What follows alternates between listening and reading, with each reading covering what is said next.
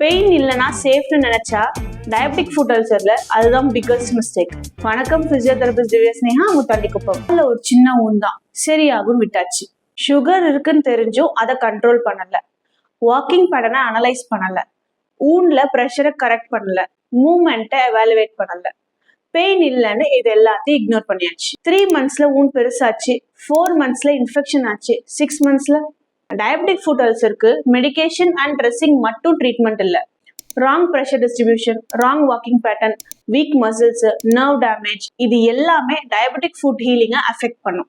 இது ஏர்லியரா அசஸ் பண்ணி கரெக்ட் பண்ணிட்டா நிறைய கேசஸ்ல ஆம்புடேஷன்ஸை அவாய்ட் பண்ணலாம். காலில் இருக்கிற வலியை விட வலி இல்லாம இருக்கிறது தான் டேஞ்சரஸ். டயபெட்டிஸ் இருந்தும் இதெல்லாம் இக்னோர் பண்றவங்களுக்கு இந்த ரீலை ஷேர் பண்ணுங்க. இன்னும் நிறைய பிசியோதெரபி ரிலேட்டட் இன்ஃபர்மேஷன்ஸ்க்கு இந்த பேஜை ஃபாலோ பண்ணுங்க.